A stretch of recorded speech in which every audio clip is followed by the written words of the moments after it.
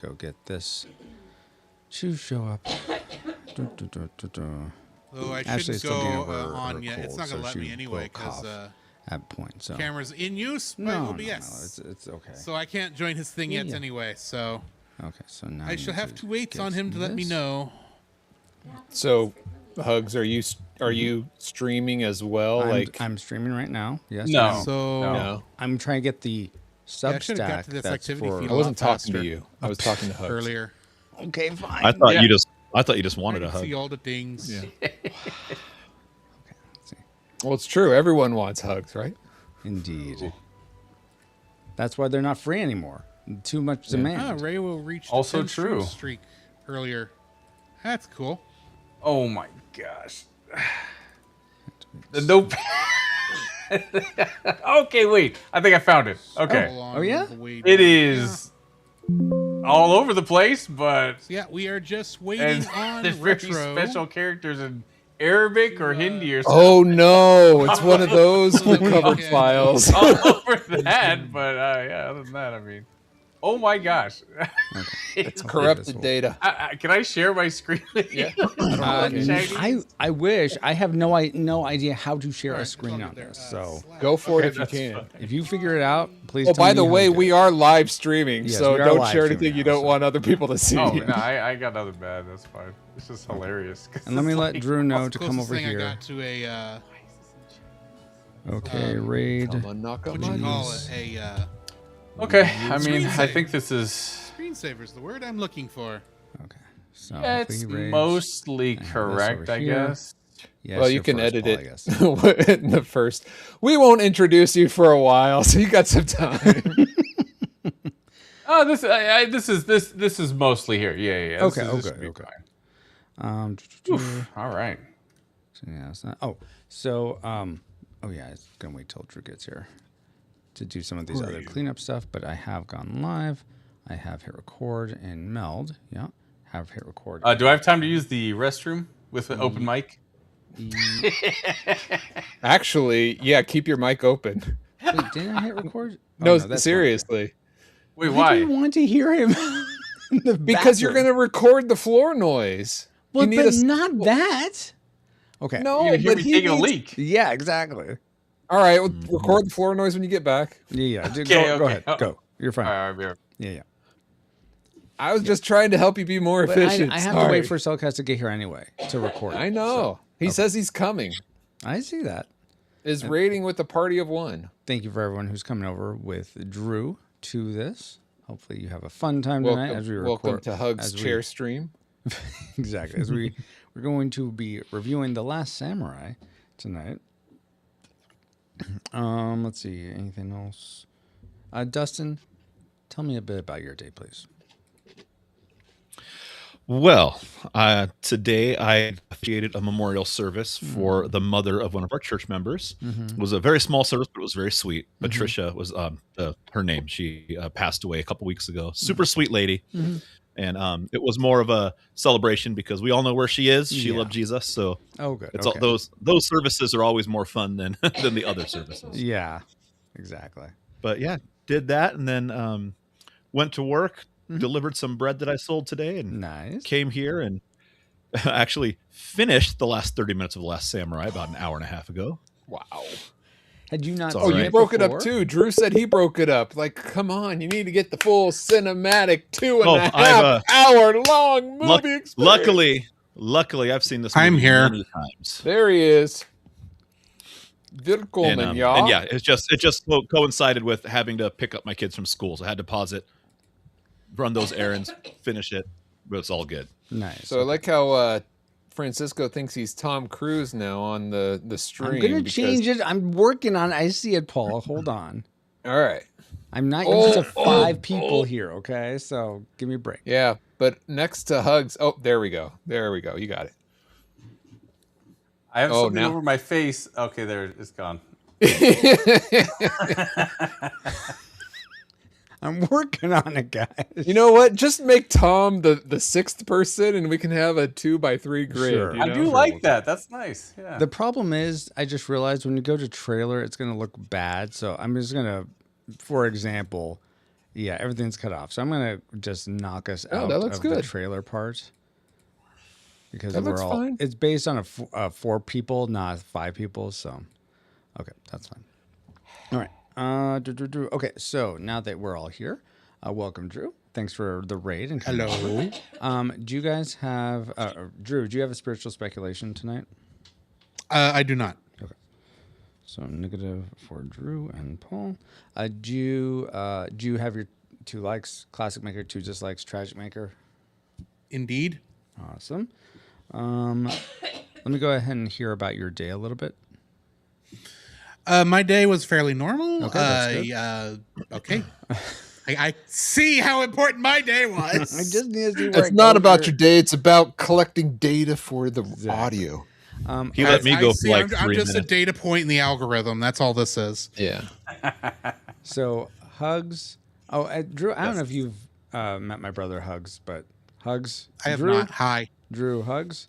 Drew is one of the hosts of the Cellcast. They cover anime movies, and Hugs is a editor and cinematographer. So, We'll stay in theme of the movie. Hajime Mashite. Do not be surprised if I call your brother Roy. why would you call him Roy? No, you, Why Francisco. would you call me Roy, Drew? My name's not Roy. Because it's funny. Hey. Because you overreact, and that makes me laugh. Okay, so at the end of the show, guys, Paul is going to say, we want to thank our guests for coming on. Thank you so much to, let's see, what would be the order? Dustin. No, Drew. R comes before you. Drew. No. Drew, Dustin, and Hugs. When he thanks you individually, that's your opportunity to promote anything you want to promote. We're not going to prompt you, hey, do you have anything cool you're working on that you want to let people know about? When we say thank you to you, that's your time to say thank you for having me on. Also want to mention I'm going to the moon next week. Watch me on the spaceship. Whatever you want to promote, that's your time to promote it. If you want to promote anything, or you could just say, thank you. Yeah, don't exactly. ever invite me again.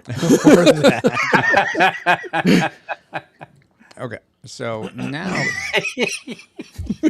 is when I'm going to take 5 seconds of silence. Don't mute your mic or anything like that. I'm just recording your ambient floor noise so I can remove it in post-production. So we're going to start that now.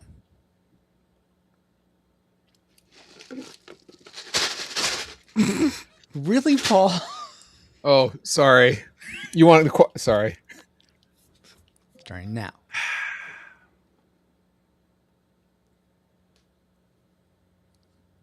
Thank you. Okay, Power Rangers, let's do it. There. Does that Yeah. feel better, Paul?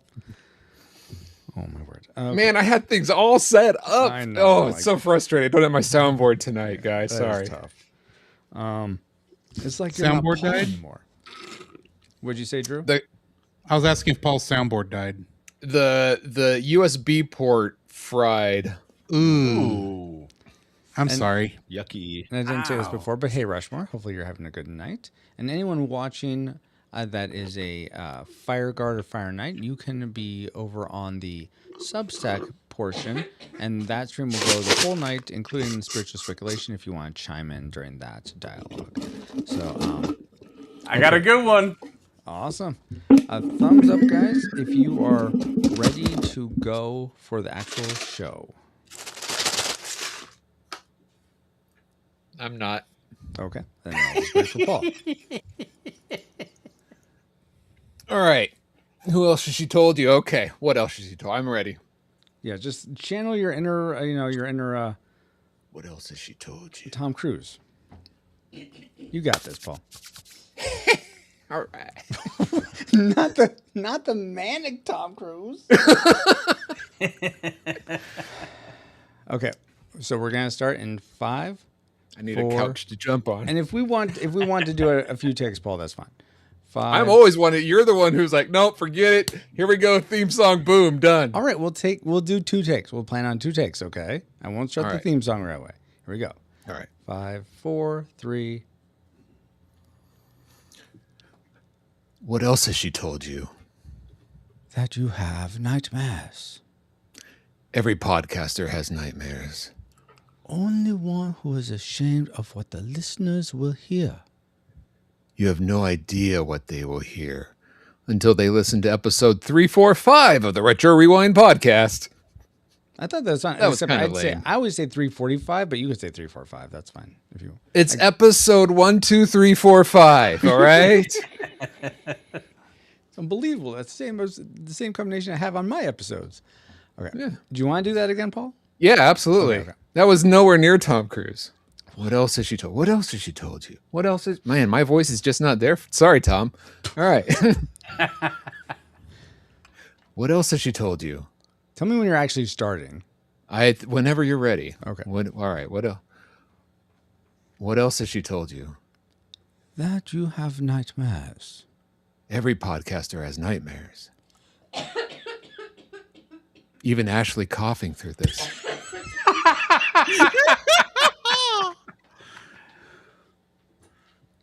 What else has she coughed on you? I mean, what else has she told you? I'm sorry. Okay. You ready, Francisco? Yes, go ahead. All right. What else has she told you? That you have nightmares. Every podcaster has nightmares. Only one who is ashamed of what the listeners will hear. You have no idea what they will hear until they listen to episode 345 of the Retro Rewind podcast. Retro Systems Online. Reflux capacitor fluxing.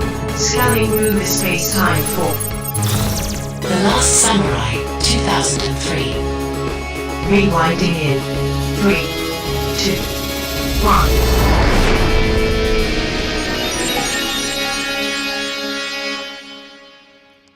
Okay, so let me check. You didn't hear that, Paul? Edna mode. No, I could hear a faint, like I could hear it through like your headphones or something. Yeah, same. Okay. But that's weird because you played my clip earlier. Yeah, can you hear? How does this sound? No. In the It's, background. I hear it through your headphones or something. Okay, hold on. I bet I know what's going on. Hold on. Give me a moment. Yep, that's the problem There are always gremlins. Yep. True. with that. Thanks, Wave Room. No, You're it's not the greatest. It's not. Wait, it's Stream Deck. Sometimes. Yeah, that's exactly what Wave Room would say. So it's Wave Room that got him wet after midnight. Exactly. Yes. Something Or goes fed him around. after midnight. Do all this, guys. It's okay as long as you're recording it on your end. Is that Well, midnight Pacific Coast yeah, but I want you Standard guys Time? to enjoy. That's a good question, actually. I never know what time frame. So they're Hugs, talking you said like 8:39 like tomorrow morning? Probably. That's great. I know. about. Hey, last time was a bit. It was worse. We're still ahead of the curve here. All right. Are we? Are we really? We'll see. We are. We're about to get to introductions. Hold on, guys. Yes. Okay, that's On the next episode. I was unaware this was Dragon Ball Z. Hey, cool. Hey, Deluxe. Yo. Or wait, is there? Do you have inflation on your name? Should I just call you Deluxe or Cool or Q? Since I can, it's not free hugs apparently. It's free. It's not free hugs for free. It's just hugs. So I've been schooled. So now, Cool. yeah, check. No, cool works. Lu- All right. Ran out of Lux, so it's now it's just cool. Okay, now get this one. Nearly there, guys. There is no cool deluxe, only cool. Wow. Okay, now can you hear this? Yes. Indubitably. My ears. Very loudly. Yes. Yes. Is this better? Sure. Same volume. Same. Okay. Is this any Keep better? ringing me, like keep paying me. Let's go. Big money, no way. Big money, no way. Was that any better or still the same? No, I could barely hear it. Yeah, tell me that. It's okay. Is this It's better? fine if it's loud as long as it works on your end. Yeah, that's good barely right there. there. I mean, it's Yeah. destroying my ears, but okay, as long as it's good for you guys. Okay. Well, you were saying you were deaf earlier, so it's all good. Maybe that's why you're deaf. The sacrifices you make being the host of this. Indeed. How are we to that many Roys already? Oh, because I just spammed the emote. Oh, okay. I'm like, Well, let's get that going, shall oh we? my gosh, Paul. All right. I didn't die. What are you doing? Okay. No, but the podcast did. Yep. Wait. True. Are we lagging or something? Yeah, or? no. That's not what I meant. I just meant No, we this- got far this- and it had to stop. People who came in for our review find this slow and boring. All right. Well, I'm about to end this edit mode and get to the show. So here we go, guys. Getting back into it in 5, 4, 3, 2.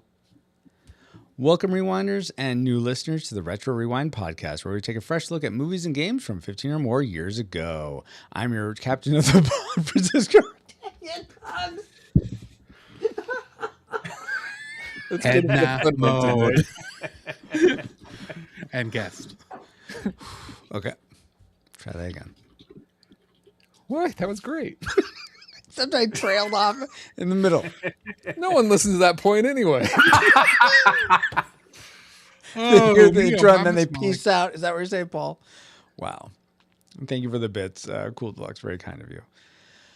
Welcome, rewinders and new listeners, to the Retro Rewind podcast, where we take a fresh look at movies and games from 15 or more years ago. I'm your captain of the pod, Francisco Ruiz, and I'm joined by your XO and mine, Paul, the last PaulJPowers.com Powers. You pay me $500 a month, and I'll podcast with whoever you want me to podcast. But just know, I'm happy to podcast with you for free. That's awesome, Paul. Glad like to that. hear it, and I feel the same. Also, for this discussion of the film, The Last Samurai, we welcome back aboard Archives Officer of the Pod, Drew Dodgen. Hey, Drew. The nightmares of Leo the Lion haunt me to this very day. We weren't covering Leo the Lion. No, but you mentioned nightmares, and I had a flashback to. Excuse me. And in addition to nightmares, Wow. back aboard Clergy Officer of the Pod, Dustin Warford. Pray over our nightmares, please, Dustin. Perfect day having me on this podcast. I'm excited to be here. Awesome. Excited to have you here. And finally, we're also happy to be joined by Media Relations Officer of the Pod, Hugs, or Free Hugs. Hey, Hugs. Hello. How are you? I'm doing well. How about yourself? Suck it! Suck it! I told you! Get that man some sake stat. Okay. And now that you have a quick flyby of who we are, Paul, can you give us a quick overview of the production specs for The Last Samurai? Sure thing. All right. The Last Samurai was released September 21st, 1974, and it runs 2 hours and 39 minutes. It was directed by Kenji Masumi. Paul, Paul. Yeah? Yes. I mean, I get that it's that apparently there's another film called The Last Samurai, but this is the 2003 Last Samurai. Well, that could have been brought to my attention yesterday. Fine. Go back, rewind. All right. This is the Tom Cruise one, not the 1990 one, right? Correct. Oh, good. All right. Here we go. The Last Samurai was released December 5th, 2003. Yes. Runs 2 hours and 34 minutes, and it was directed by Edward Zwick and written by John Logan, Edward Zwick, and Marshall Herskowitz. Sorry, Marshall. With lead stars being Tom Cruise, Ship, Ken Guantanamo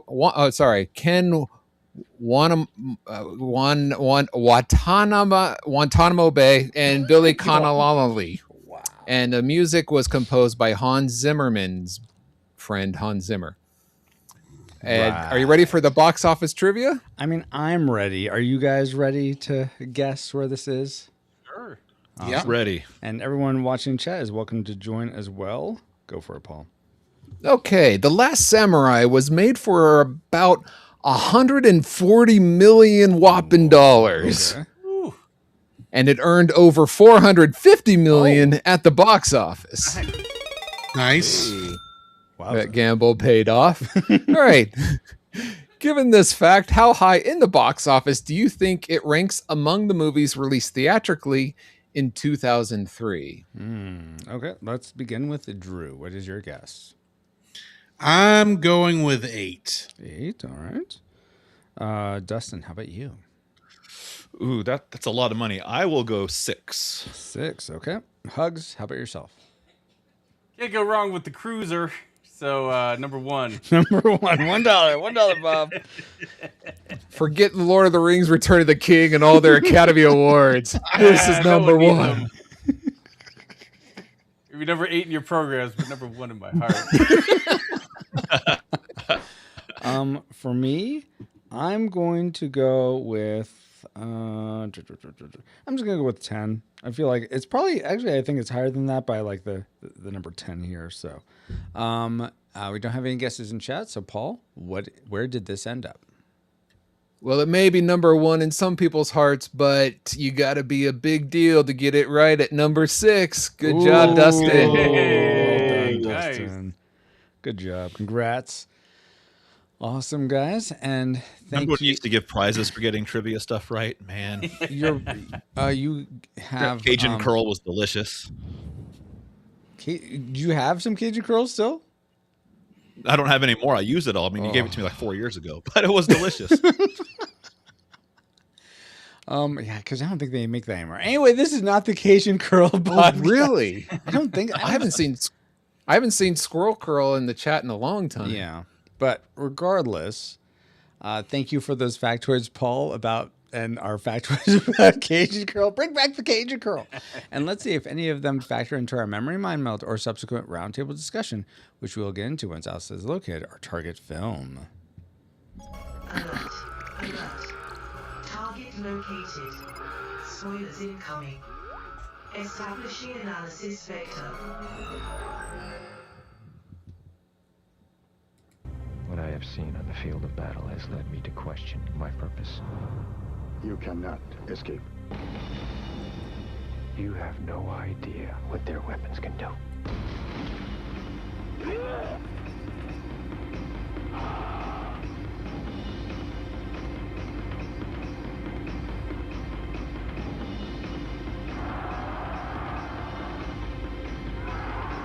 The Last Samurai. Rated R. Starts Friday, December 5th. Yes, Friday, December 5th is when I remember watching in the theater. I'm sure maybe, actually, I probably didn't. But that trailer probably brought back some memories for you. But what memories did we have for The Last Samurai before we rewatched it? Let's combine them into our memory mind melt synopsis for The Last Samurai. Hey, Francisco. I know you guys couldn't sometimes see you the like trailer. Sometimes you speed read this part, but I want you to, I'm not saying take it slow, but just like really read it because these gentlemen provided some pretty good nuggets in here. All right. In San Francisco, Jack. That's a fun name to say. Way to derail me. Okay. So here's our memory mind melt synopsis for The Last Samurai. In San Francisco, Jack Reacher is feeling disillusioned from being a war hero who was born on the 4th of July and is drinking backstage, misses his cue to enter, gets fired from his risky business, and goes to a meeting being interviewed with a vampire. Maverick is upset that Kevin Costner got to dance with wolves, so he decides to go to a land far and away and join up with the Japanese on the edge of tomorrow. Oh my gosh. After losing the battle with the Ninja Turtles lost in time, Jerry Maguire is captured by Ken Watanabe, and after being a prisoner with his eyes wide shut, demanding all the sake and cocktails he can humanly drink and not die, he is forced to learn their ways and finds beauty in their land. This is Fern Gully, right? He becomes a friend with them and learns that they really aren't the bad guys after all. In fact, the late wife of a samurai he killed in battle isn't too bad herself. No, wait, this is Pocahontas, right? Tom Cruise betrays his Scientology masters, his Japanese imperial masters, and trains with the samurai in the rain, man, during their days of thunder. Ethan Hunt ultimately fights with them. I got it. This is Avatar, right? It's like the War of the Worlds as he takes on the samurai mantle and defeats Colonel Custer and a few good men on the battlefield against their top gun. No, wait. All the samurai are wiped out as collateral except him. According to the Minority Report, the white guy becomes a legend. The last samurai. Dang. Almost all of them. Nice. So, yeah, I think there were some smatterings of actual movie in there, but on the whole, I'd say those were decepted. What are you talking about? That was all true. Oh, Except yeah. I didn't see any Ninja Turtles in there. See? Falsifies the whole thing. Oh my goodness. I guess we'll have to take it to the firm. I mean, I saw ninjas. I just don't know if they were turtles. Yeah, could have been. They could have been the Foot Clan for all I know. Okay, anyway. So, based on those memories, guys, as flawed as they clearly were, what rating did they lead you to predict for The Last Samurai before your rewatch? Classic, nostalgic, or tragic? And when was the last? When did you first see this film? At least what you can remember. Let's go in reverse this time. Hugs, what was your prediction, and when did you first see this? My prediction was classic. Classic. That's okay. that's the highest one, right? Yes, that is the highest one. Yes, yes. All right, then let's go mega classic. We only have 3 I ratings, but okay. All right, well, mega classic. So, yeah, I actually was fortunate enough to watch this in theaters in Japan. Wow. Oh, really? Opening cool. weekend. Yeah. That's awesome. It is a minute. awesome until there's no subtitles anymore. Oh, no. Oh, But- man. It was still really like it was Wait, an experience. Wait a second. You were, because I was in Japan for Christmas in 2003. Were you there at Christmas time? Yeah. Oh wow, we were there together. No, not That's together, awesome. together, but at the same time. Well, That's you cool. know, just same hotel room, but that's all. Thanks for splitting that cost. Awesome. So, okay, classic from Free Hugs for prediction. Dustin, what was your prediction, and when did you first see this? So I remember seeing this in the theaters the month it came out. I don't know if it was opening week or opening night, but I did see it in the theater and really, really enjoyed it. And I've seen it numerous times since. Nice. So I also predicted classic. Also predicted classic. Okay. And when I saw it, there were only subtitles on the Japanese part. So I lucked out. In that Drew, how about yourself? I predicted it would be 3.5. Payback. But That's on your not a rating rating. scale, I would actually say I predicted nostalgic. Nostalgic. Okay. It had been a long time since I had seen it. Oh, okay. To the point where I actually don't remember where I saw it. I think I caught I think I caught it on TV randomly. So all the good parts were probably edited down for TV. because it was not HBO. So and I pretty much wanted to be on this one. It's like, oh, I hadn't seen this in a while. I actually want to watch the whole thing. Nice. So this is a good excuse. Okay. Fair. How about you, Paul? I saw this in theaters before going to Japan for Christmas. Okay. But honestly, I haven't seen it since, and I remembered liking it. So I predicted nostalgic. Nostalgic. For me, I remember thinking that this movie looked dumb when I first saw marketing and stuff for it. I'm like, what? Why? We're the Ninja Turtles. Come on. Yeah, we're the Ninja Turtles. How do we leave the podcast? But so I didn't see it till probably, I don't know, years later on DVD, and I just loved it. I was like, oh man, I'm so bummed I didn't watch this in the theater. So I actually predicted classic because I remember liking it. I used to own it. I don't know where that copy went, but I don't have it anymore. But I remember liking it, so I predicted classic. All right. So it'll be interesting to see if those predictions come true. But first, let's go get to the things we liked most about The Last Samurai. Let's spin up our Best bits. Yes, our best bits. And our best bits are actually brought to you by none other than Paul J. Powers at pauljpowers.com.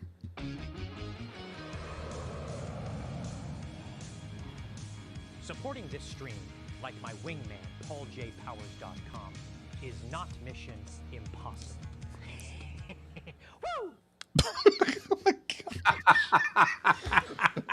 That's so good.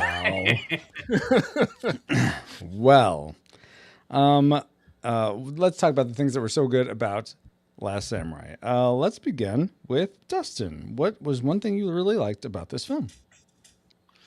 All right. So there was actually a lot I liked about this. One of the things I'll point out right off the bat, though, is Katsumoto, played by Ken Watanabe. I thought he nailed that role really well. Absolutely. The wise, calm, principled leader, really spiritually reflective, representing honor well throughout the entire film. The way he treated Tom Cruise as a prisoner of war and brought him into their culture. I just thought, so not just the character in the movie, but just the way he was portrayed by Watanabe just was an excellent performance. Absolutely, yes.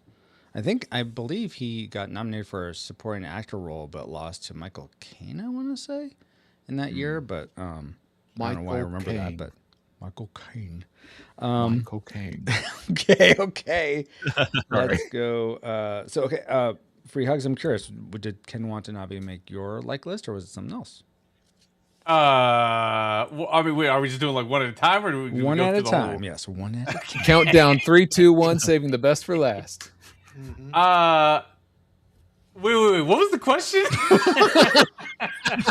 So basically, what's your first like? Yeah, what's your first like? I was trying to segue it to Bridget from Ken Watanabe in case that also happened to be one of your likes. Okay, all right.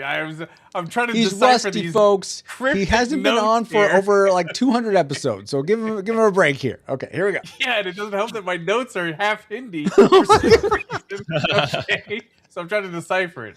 Well, the thing that like I like about the movie, I guess the first thing, because there's many, would just be like the atmosphere of the movie. You feel like you are back in like the late 1800s. You know, like it doesn't feel like or something.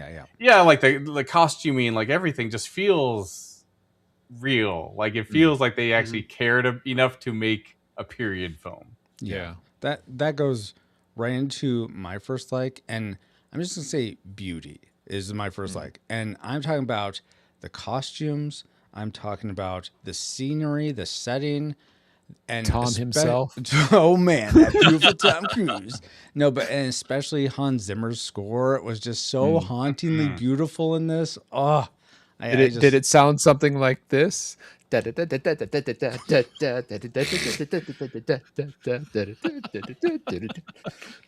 what? You want? I can go grab my soundboard real quick, Paul, and play that for you. Kind of like that, not quite though, Paul. No, but so that was my first like. Just there's so much beauty to this film, which actually will lead into one of my dislikes later, but we're not there yet. It's too much beauty. It's too beautiful. It was too beautiful. I couldn't understand the plot. I was looking at the scenery.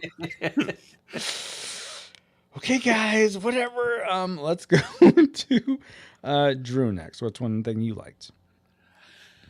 I'm gonna have to go with Ken Watanabe's performance. Okay. It was it was such a he did such a good job playing that role, and the honor that he showed with to Tom Cruise. I'm sorry, I never remember Tom Cruise's character's name because he's just Algren. Tom Cruise to me. Nathan Algren. Yes, Algren. Because they don't have L's over there. Algren. Yes, exactly. Yes, but I like the character from beginning to end, especially the scene there in the council room there where he brings the sword and says only the emperor may tell me to give up the sword. I was so frustrated by that scene. It didn't make it was like number 4 on my dislike. Yeah, because he's like, only the emperor can tell me to like remove it or take it, and he doesn't. So why doesn't he stay? Because it might as well. It's almost like a said without saying. It's a very subtle. It's like you're still gonna be. You still can't do this. Nope, he didn't take the sword. I can stay. Sorry, bye. We're not on dislikes yet, Paul. Yeah, we're I'm not on just saying. dislikes yet. So if But you could explain that to me, to someone who it felt like I'll kind explain of it to you. It All felt like the kind of subtle politics I would expect from a Japanese movie of this era. that's why I don't get it. It takes place in this era. Sorry. So Yeah. it's meant to be subtlety. It's a high context culture, so right. like, And you don't need words, yeah. just the lack of action Right. or inaction. Is I it do. I'm a man of action. Well, But looks but like you that would be a scene, samurai then. but that scene and then going to when he finally passes away is it's just such a beautiful. Wow, spoilers! No, we already gave the We spoiler gave the alert. Spoiler alert. Yeah, yeah. Yeah, You have to spoiler worry about alert. spoilers. It's all spoiled. But you go into where he finally where he has to where he asks or he tells Tom Cruise you found your honor, let me die with mine, and passes away. It's like, oh, that was so. I was so sad, and it's like there was a sense of accomplishment there where he just knowing that the character did not die without honor and was able to feel like he had a good death. Dude, his hunt for the perfect day, and then him seeing that as he passed away was just the perfect send off for his character in the film. Yeah. Yes, and that is why the sakura blossoms are always so pretty. Yep. Paul, what was perfect for you and that it made your first like? Actually, the battle scenes for the most part were really intense, and that's not easy to do. Like the editing in some of these. In fact, when I watched it again the second time with the commentary, and the director talks about his he says he has the same editor ever since like he was like in film school, and he edits all his that's cool. all his movies, all his TV shows that he's done. But the editor's name is Steven Rosenblum, but he said that Steven Rosenblum has become such has done such a good job in his craft that he's now one of the go-to guys when other directors are having problems with their movie. Really? The action isn't quite there. Like they need they'll call him in to come and fix it. So cool. That's awesome. Yeah, That is awesome. but to be able to, you can have a battle scene, but have it be intense, and you're like really invested in it. That's quite an accomplishment. So was the editor, what was his name? Steven Rosenblum, you said? Steven Rosenblum, yes. Was he from this village where everyone does their thing to perfection? Get it? He was a samurai himself, Yeah, yes, exactly. from the 1800s. Yeah. Okay, yeah. It explains it. It explains it. Yeah. Okay. I also need some explaining from, let's go back to Drew. What's something else you like, Drew? Just the atmosphere and how real it felt. Because it really did feel like you were in Meiji era Japan. Like it just had that kind of feel to it where it's still a little bit of the old classic tradition butting up against the modern Western values and how they're intersecting this, that whole feel of that era of Japan, where it still feels like there's a little bit of that it was just like still a bit of that tradition, but it's a bit of a tradition mixed with honor, and how you're sitting there the whole time going, no, you don't need to go like the West. You'll need to stay Japanese. You lose the simple beauty of the right. Yeah. Dustin, let's go to you next. What's something else you liked?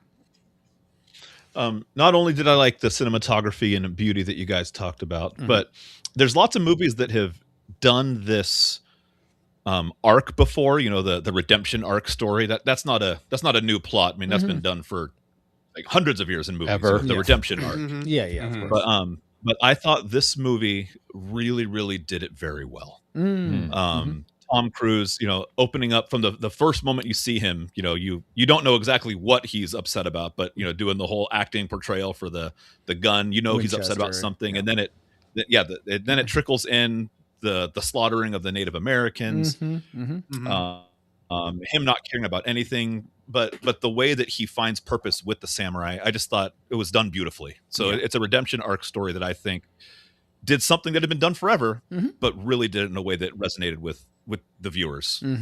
Absolutely. Free Hugs, was that something that resonated with you, or did something else really redeem this movie for you? I mean, in the same vein of that, yeah, like I just love how he went from going like this haggard, like I can't seem to find a way to die, like guy, Yes. to finding like peace, Yeah. and even though like he, just kind of, I don't want to say loses everything, but he lost like his Brotherhood? reason, like to continue the samurai way of feeling, like which is a Katsumoto. So like, because he's not, I would say that he's like in retrospect kind of his teacher of like the samurai values and stuff, Absolutely, yeah. with like out being a teacher, but as he said, they're both students of war, so they kind of like found that common ground, which is what I really like. Like there were so many just moments where it's like, oh, they're like the same, but just different cultures, and they like meet, and it just just so beautiful. That's like pretty part and parcel with my second like Hugs, and that's, I love the juxtaposition that you get with both Algren and Katsumoto to an extent, but mainly Algren. But both of them are these. You get the sense that they're these warriors that like they're made for war, but they long for peace, and just that like I said, that juxtaposition of who they are, like almost like they're designed for this. Like, and just, I mean, you see this in how Algren just picks up, like he does not stop. He gets knocked down, but he like learns, he like reflects, okay, he's moved this way. So now this time I have to move this way. And just how he picks up on that. He's obviously like a warrior at heart, but he doesn't, he would much rather just be, in a garden or something, like just having peace. So, and I think Katsumoto is very much like that as well. Just wants his village. He just wants to serve the emperor, and have his village be fine. So I love seeing that tension in these characters. So that's my next. Paul, let's go to your next like, then we'll do classic makers. So for my number 2 spot, this might be some people's classic makers. It might be some people's tragic maker, but it all depends on whether you like my number 2 spot, and that's Tom himself. And I think Tom does a great job of carrying this film. He through, like you said, like his journey and his aspects. I thought the acting, the stunts, and everything that he brought. That I think this movie, he does a good job of carrying it. Yeah, and I'll say, I feel like he is the least Tom Cruise I've seen. I feel like he embodies Algren so well. So often I see Tom Cruise and he's just doing Tom Cruise, but I feel like he's actually doing something. He's actually doing something else. He is embodying this character so much better, or so well that I just see that character in this. So it's interesting because as in the beginning of it, he's this drunk war hero trying to get over the horrors of war, and I'm like watching him like, oh man, this is Born on the 4th of July all over again. But luckily it doesn't stay there. He continues that journey. So for people who are watching it and have that mindset like I did, I would just say, hold on, you'll get it'll progress from there. Yeah.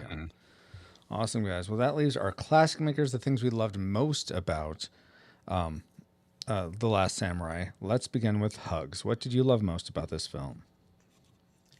It's really like a 2-piece chicken meal for me, because I feel like it goes hand in hand. Okay. It's it's the cinematography and the music. Like so they good. Man, this movie's so good.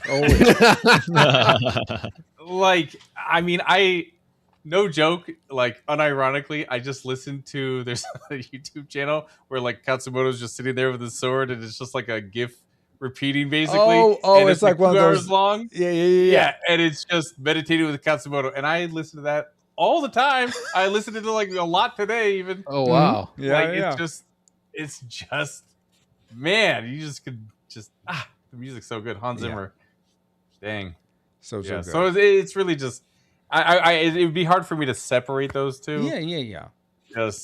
So watch me, because I separated and made the cinematography mine. I'll just go ahead and cut mine. The scenery is great. The The cinematography is great. That whole scene in the rain is just beautifully shot. Oh, so good. And by the way, Francisco, this is an example of a great cinematographer, not the Escape from New York cinematographer. You leave Dean Cundy out of this. He is great. No, he's no John Toll though. The cinematography of this is excellent, on par. This is cinematography, people. Agreed. I can't believe you cut me down like this. Oh my gosh. Hey, all right. I'm trying to give a compliment here. By cutting Dean Cundy off of the knees. Thanks a lot. Whatever it takes. Oh my gosh. Let's go to Drew next. What does it take for this movie to earn your classic maker? There is a scene about halfway to 2/3 of the way through the film where Algren is witnessing the samurai getting his top knot cut. Mm-hmm. Oh yeah. Mm-hmm. And the entire time I'm watching that, I'm putting 2 and 2 together and going, this is looking a lot like how earlier in the film when he was describing someone being scalped. Mm-hmm. Oh, I didn't know that. I love that kind of that feeling, that connection. It's like he's used in so many ways. He's used to the Indians, his enemy, hating him, and now he's seeing that same hatred on the westernized Japanese against these the samurai, and how that kind of radicalizes him, for lack of a better word, to try and help the samurai not be completely destroyed, or at least go out with honor. Yeah. So that scene I thought was just as hard as that scene was to watch. Yeah. I thought it was beautifully done as well. Mm-hmm. And it's just the minute I made that connection, it's like, oh, this is even more painful to watch. Because this is the equivalent for this samurai of being scalped by a Native American. Yeah. It's like, it's like it's not physically that painful, but it's emotionally that painful. Yeah. Because their honor is so intrinsic. I think that's right. Sort of embodies that. I could be mistaken, but I think that is an element of it. And so, and for me, that scene of the samurai's top not being cut, despite the fact it's got, for the most part, no major characters in it, except for Algren every once in a while. Mm-hmm. I feel like it's the strongest and most powerful scene in the whole movie. Wow. Oh, interesting. Very cool. Dustin, what's the strongest and most powerful element of the movie for you? Yeah, I will. I'll keep going with that theme a little bit, with that whole scene with top knots thing getting the guy's top knot getting cut off. Mm-hmm. But the way honor is portrayed in this movie, I think, is probably one of the best portrayals of honor in any film I've ever seen. Mm-hmm. Mm-hmm. They just nailed a lot of chutzpah. From Katsumoto's character describing what honor is, the samurai living it out, Tom Cruise, and what I love with his character, his Colonel Bagley, being the total antithesis of Ken Watanabe's character. Mm-hmm. He's going in and slaughtering people for no reason. I'm just following orders, is what he said. Yeah. But he went and slaughtered people, had nothing to do with it. He was all about just getting the money, getting the contract, killing whoever. He didn't care. Mm-hmm. And Tom Cruise hated him so much. And then Tom Cruise thought he hated Katsumoto just because he was the enemy. But then really, once he understood him, I think he found this guy is the exact opposite of my boss, of my colonel. Yeah. And then the way honor is portrayed through that relationship, and it becomes central to who Tom Cruise is, and his whole redemption arc there. Just all right. And not just those two characters. I mean, through all the samurai in there, you just see honor portrayed in the best, like I said, the best way I've ever seen it in film. Mm-hmm. Yeah. I'm not disagreeing with you, Dustin, but I just got to say, you're all wrong. The best scene in this film, in this entire film, is when the little boy looks at Tom Cruise with a big open mouth and goes, that was so genuinely like a little kid. It's the best thing in the film, in my opinion. So wait, I thought you did your classic maker already, Paul. Oh. I did. The cinematography is. Well, you just said that was the best thing in the film right now. You said that. Best scene. It's not the best thing. I know scene and scene, not the best rhyme. thing. Okay. I think I just misheard. For me, the best thing, the best element, the best part of this film, which Is that little boy, right? No. Sorry, go ahead. It kind of ties into what you were saying. Yeah, exactly. Francisco probably sees that boy as being mischievous and not getting in trouble for it. No, Yeah, disobedient. not at all. I did not Disobedient, feel yes. that way at all. These kids were very well behaved. What are you talking about? No, the part that I just loved was, and I am a sucker for. Ashley will often say she's a sucker for a redemption arc. For me, I'm a sucker for the trope of enemies becoming friends, or more so in this film, brothers. Like, I just delighted so much in, like you were saying, Dustin, Katsumo and Algren are enemies. He sees them as their enemy, but then they start learning from each other. They both realize you want to learn about your enemy to understand them better, to defeat them, but they actually bridge that even more to a deeper understanding where they become friends. And I mean, I really truly believe they become brothers. And even Algren and Eugeo, who's sort of the sword master, I guess I'll call him, the guy who's training all the others in sword art. Dude, he's amazing. I love him. Right? And even Bob. I mean, Bob sacrifices himself at the end. So I love that these relationships are born out of enmity between each other. I love that so much when it happens in any story. So that's my classic maker for the last. Well, I'd like to say something since Paul did it. Yeah, go for it. I think one of the best scenes, and man, it makes me misty eyed just even thinking about it, is when he gives him back his Native American the satchel with all his books, and he says, "When I took this from you, we were enemies." Oh my gosh!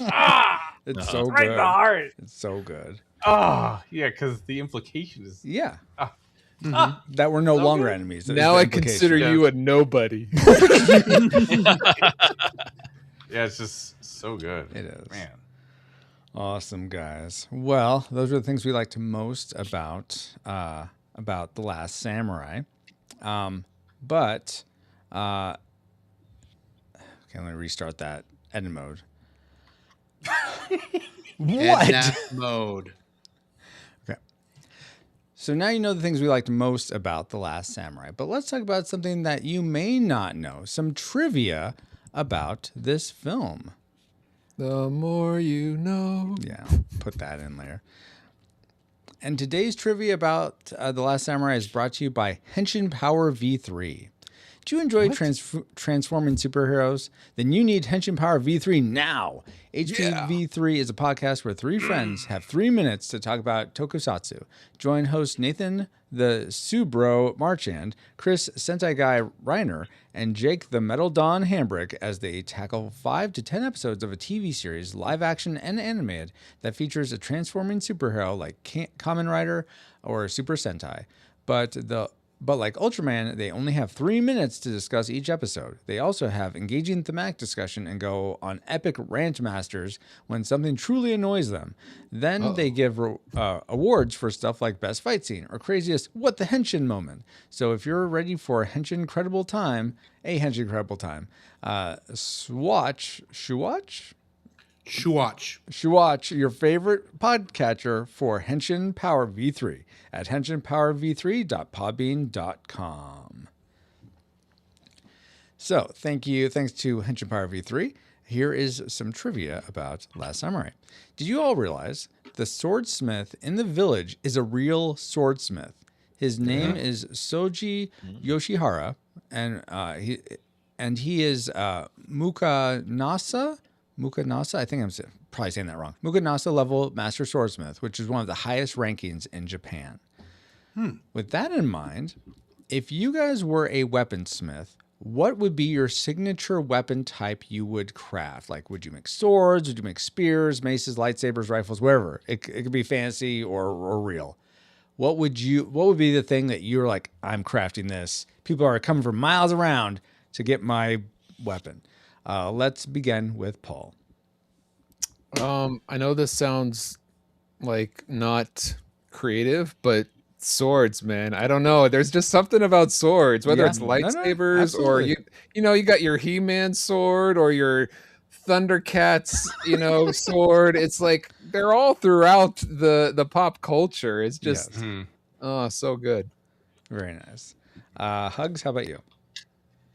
I'm a sucker for a long rifle, like Quigley Okay. Down Under. Mm-hmm. Like, oh my Yes. gosh. I just like, I mean, optics aside, like just a long rifle. Like I've had the pleasure of shooting like front loading like muskets and Oh, everything. wow. Okay. They're crazy loud. Like I don't know Yeah, how they are. everyone isn't deaf when they're like shooting down the line. I'm like, I just shot one with ear protection. I'm like, oh, my ears are ringing. Yeah. Like, and it's not just like they're so powerful. It's just like the beauty of like this, Yeah. the way the wood is melded with like the metal, and then just putting like bore in the barrel to make it like spin. And I mean, just everything about it just seems awesome. And then like with Quickly Down Under, those optics, just like fine tuning that stuff Those would be sights, so yes. cool. Yeah. Yeah. The sights, would be so. I cool. think You agree with that, Roy, don't you? I know Ralphie would agree with the Red Ryder BB gun. With a compass in the stock and this thing that tells time. Exactly. Drew, so we have swordsmith, we have a riflesmith. What sort of smith would you be? So I'm going to go a little on the fictional side of things. And I kind of would like to make Klingon batleths. Okay. The little the sword, curved sword thing that they use in that. Worf's weapon I've of always choice. thought those things have looked cool. Okay. Very nice. Not that I own one. You have a keyblade though back there. That's I not do. at all like a bat'leth, but It's plastic. well, all right then. All right, that leaves you, Dustin. What would you be making? I also would go swords, but I think mine would be specializing in broadswords. Okay. Big, bulky, like the sword of Eternia, or William Wallace's massive sword. Yes. So I know there's cool, samurai swords and ninja swords that are, sleek and finesse, but I've always just been drawn to like the massive blade that like Conan's going to come in, and you may have a small blade, but if he catches you at all, you're gone. He bust you.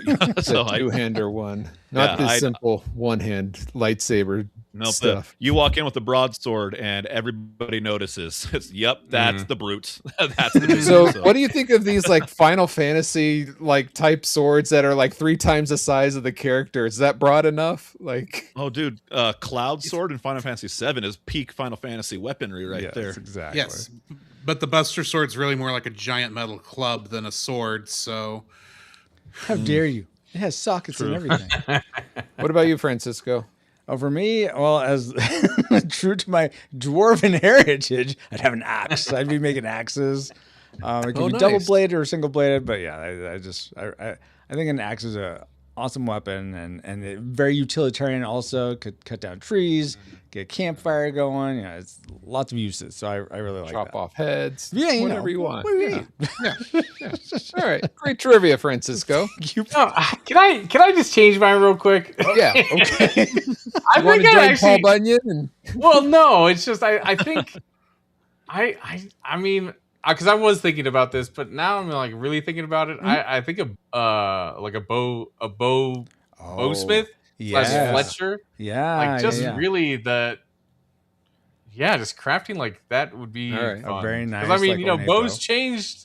They changed the course of history. That's true. yeah. Whether it's the longbows from the English or the Mongolians with their horse bows, yeah. Absolutely.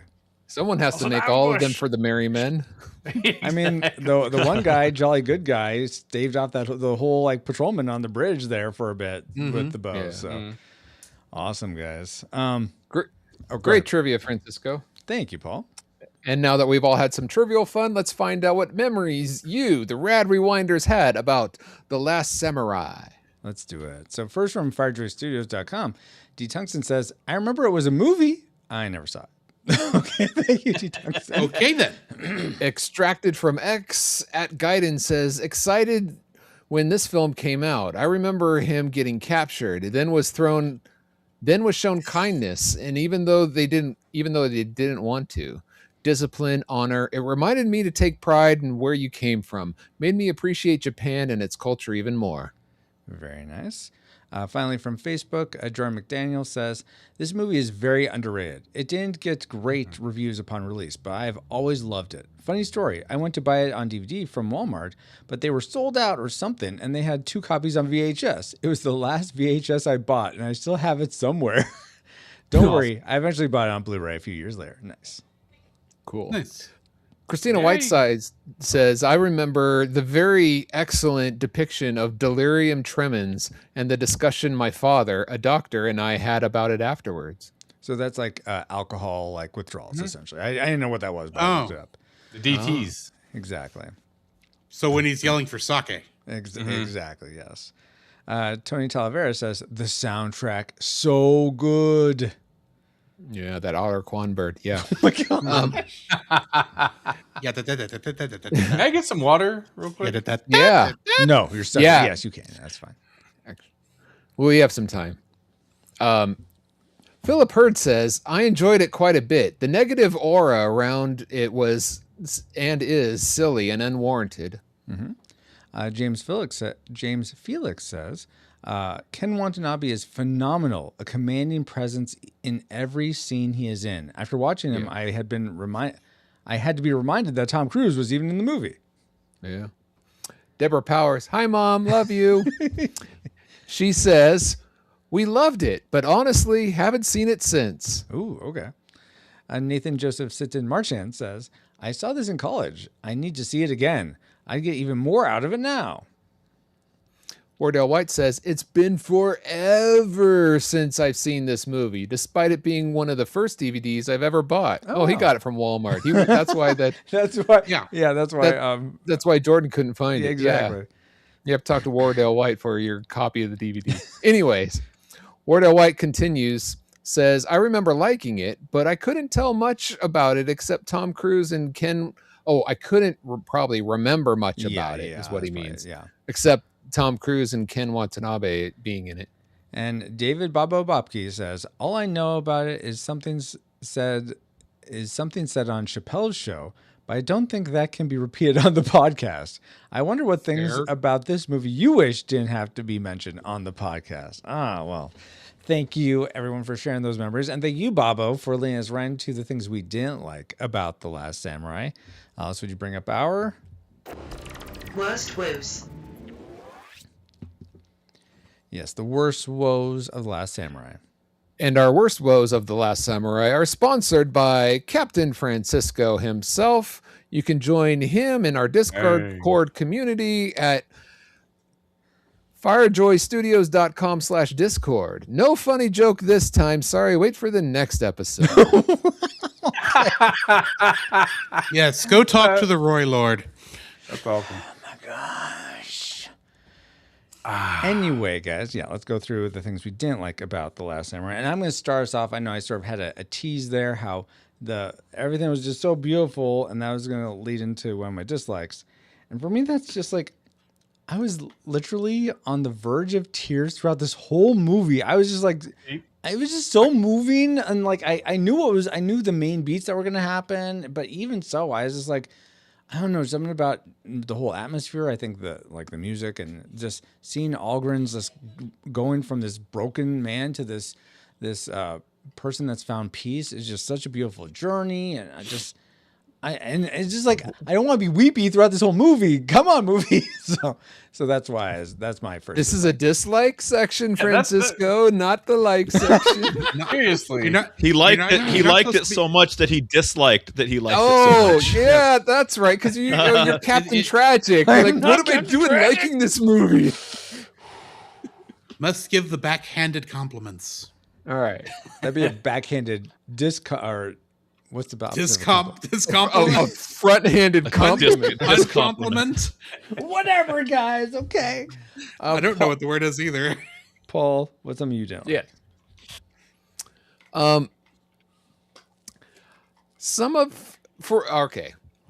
People watching it today, they're on this like glorious 4K big screen with HDR and all kinds of things. Unfortunately, yes, that's how I watch the film.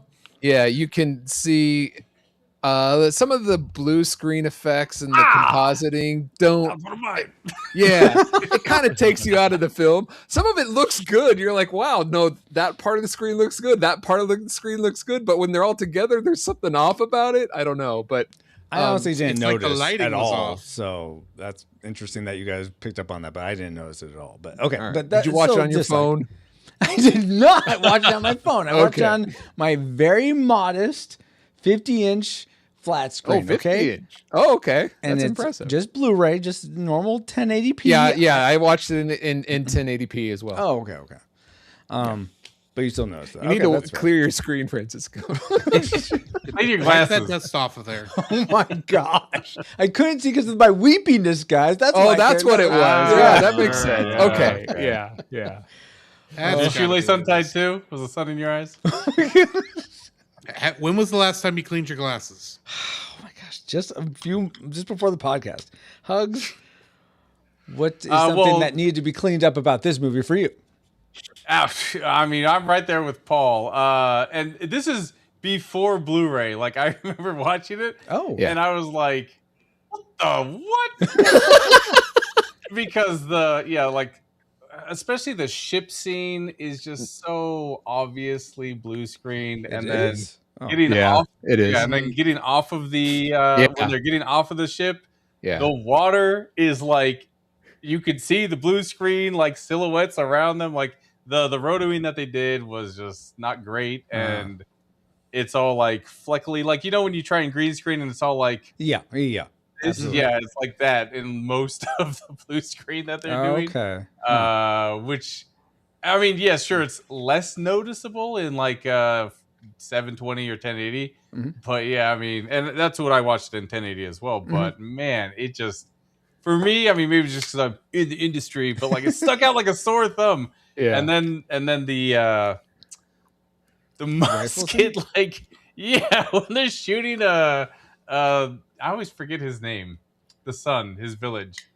I don't. I call him Jolly Good Guy. That's Jolly Good. Yeah. It's just.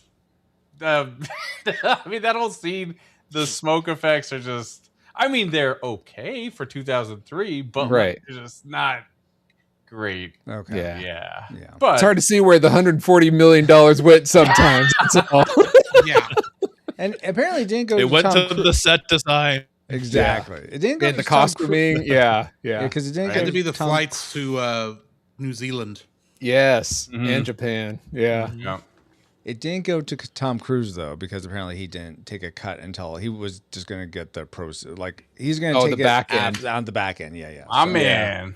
Fair enough. My man. The cruiser coming through again. Let's see, Dustin, what was cruising for a bruising about this movie for you? All right. Total honesty. I didn't notice that stuff as much. Okay, thank you. I noticed it, but it was nothing that pulled me out of the movie. It was not that crazy for me. And I liked this movie. I mentioned I saw it, years ago when it came out and liked it then. I watched it numerous times. Watching it again recently, I just remembered how much I enjoyed this movie from start to finish. And I'm not total honesty. I had to get nitpicky, I think, looking for things to dislike in this. Okay. So one of the things I dislike, and this may seem nitpicky, but it just stood out as I was looking for, like, all right, what do I not like about this? Yeah. When Tom Cruise is first injured and taken captive by the samurai, and he's recovering, and going Saki, Yeah. it's emotional. He's recovering, and he's still a torn apart, tormented guy. Then he comes to, and he's immediately. I mean, he has Bob. But he's immediately allowed just to walk freely wherever he wants. And for me, I was like, all right, this guy just killed a warrior when injured on the ground and he thought he was going to die. You had a vision of him being this great warrior, whatever. And you're not the least bit concerned that he may murder this woman or child when he comes to, like, oh my gosh, I'm a captive. There's just no sense of urgency on we have a prisoner of war who's leading this other. Yeah, there's no caution. Yeah. It's just kind of like, okay, Bob, watch him and he can do whatever he wants. So that for me was like, all right, I I was don't know expecting if that caution flies on me. Tom's part because that's his name in my head, not Nathan, but Tom. But like kind of like poking his head, looking around, like, okay, are they going to tell me like to go back in my cage, or there's not like caution while Yeah. he's walking around. He's like, So hey, I can go wherever I want apparently until the snow that's not even here thaws. like even if you're gonna let him snow's walk only in one around scene. freely, Right. like, even if you're gonna let him walk around freely, his hands weren't bound. Like, all right, so Yeah. at least you can't grab something and go nuts, or your feet don't have a loose rope around him, so you can't I'll run. take you Nothing. It all was, on this whole yeah. village. it was just like, all right, he's healed, he's recovered. Watch him, and he can do whatever. I And so think that kind of felt weird to me. that was their way of showing hospitality, even though he was a prisoner. But I You think, can- yeah, you can show hospitality to a prisoner by giving him a bed and 3 meals, and you're allowed to walk around, do whatever you want. yeah. Well, I think the first time he actually leaves the house, though, is when he goes to see Katsumoto for the first time. So I think it's like he was summoned, and he has. Well, He's Oh, not Bob even with him directed though, there. right? He's not. Well, I mean, directed. it's Bob's not it's off leading him. screen. He's It just just gonna walk it him. happens off screen, so the movie can happen. Yeah. He just wanders his way until he starts getting to where Katsumoto is, and Bob's like, and hits him and keeps walking. It's like, oh, Yeah. you found your way to where you're supposed to go. Yeah, no, I think that's a good point. It should be like someone with like Bob, like points Guiding that him. direction, and that's all you Until need. he gets to where he goes. The training sword, whack, whack. Yeah. You stepped the wrong direction, whack, keep going. Yeah. I'm with you though, Dustin. Like, it's so hard to find negatives where I'm like, okay, let me just go to my technical prowess here and be like, what do I not like about this movie? Oh, And it don't was worry. There's a bunch more you can glean from the rest of us. All right, sounds good. Speaking of which, what could we glean from you, Drew, that you didn't like? I hate the fact that every time I see Algren, all I see is Tom Cruise. What are you talking Yeah. about? He dissolves into this role. What are you talking about? No. No, I mean, I'm with his sorry, long whenever I'm hair. watching the movie, he's still Tom. That's Tom Cruise. Yeah. I don't know, I Okay. don't see And it. in general, You know what? I'm not a big Tom Cruise fan. So That- all I'm there you saying is go. just Tom Cruise walking around a Japanese village. I mean, even Tom when you Cruise see pretending to be Tropic the last Thunder last and you samurai. when you see Tropic Thunder and you see that cameo from Tom Cruise and you're like, It's just that's just still fat Tom, but it's fun. That's just fat Tom Cruise. Yeah. Les Grossman. This is how, and it's like I said, it's the nitpickiest nitpick because I do think Tom Cruise does a good job in this movie, but I'm still seeing Tom Cruise as in this role. Yeah, that's as why I this said it's character. not Nathan, it's Tom. It's Yeah. not it's not Nathan Algren. It's Tom Cruise. He's just somehow gone back in time and is pretending to be Nathan Algren as he goes over to Japan to become brothers with Ken Watanabe. I could not. Ken disagree Watanabe, Same. help me I just help couldn't you. Disagree more. Help me help the samurai. more. Come on. And I will admit, not a lot of that is just because I just don't like Tom Cruise, so I don't give him as much leeway as maybe others do. I'll say Yeah. Tom Cruise is very Tom Cruise and Top Gun, Mission Impossible, A Few Good Men, War of the Worlds, all the movies, Oblivion, all the movies we mentioned. But in this, he is not Tom Cruise. So I don't know what you're saying, but okay, that's fine. We'll continue. He's Tom Cruise to me. He's Tom Cruise crazy. Just be glad it's him, not you. Paul, what's Yo. something else you don't like? Okay, this is personal preference. But when he's going to quote unquote rescue Ken Watanabe, because that's his name, the character's name too, Ken Yes. Watanabe. Katsumoto, geez Louise. I can't remember that. Actually, I do remember it's Katsumoto because I had to look up. Oh yeah, that's Ken Watanabe. I couldn't think of his name. when he goes and he's surrounded by these people, like 3 or 4 guys, and he takes them all out. When he reaches into his pocket and realizes he can't do the Indiana Jones thing and shoot them all down, but he takes them out with the sword anyway. That's cool. But then when he goes to recall the sword fight, Yeah, this It's confused in- me too. Yeah, continue. slow motion, which I'm fine for slow motion, but personal preference, the choppy slow motion that they use there, I'm not a fan of. The slow motion where they do like the battle charge at the beginning and at the end, they use different types of slow motion through this movie. This choppy one that they use here, I'm not a fan of. Plus, we just saw the fight. This is a long movie. We don't need to see every hit and kick and like thing again. Yeah, So like that's one part I didn't really understand too, because when he does it in the training, I get he's like reliving it so he can know what to do better next time. But this, he like dispatched them already. Why do you need to relive what that was? I don't, because I get it. He's just recalling like, wow, I wasn't really thinking, no mind. I just let it happen, and then he's just remembering. Okay. Oh, this is what I did. Wow, I can't believe I did that. Oh, all right. That kind of thing. So I get that, but I mean, this is a 2.5 hour movie. Let's at least like get on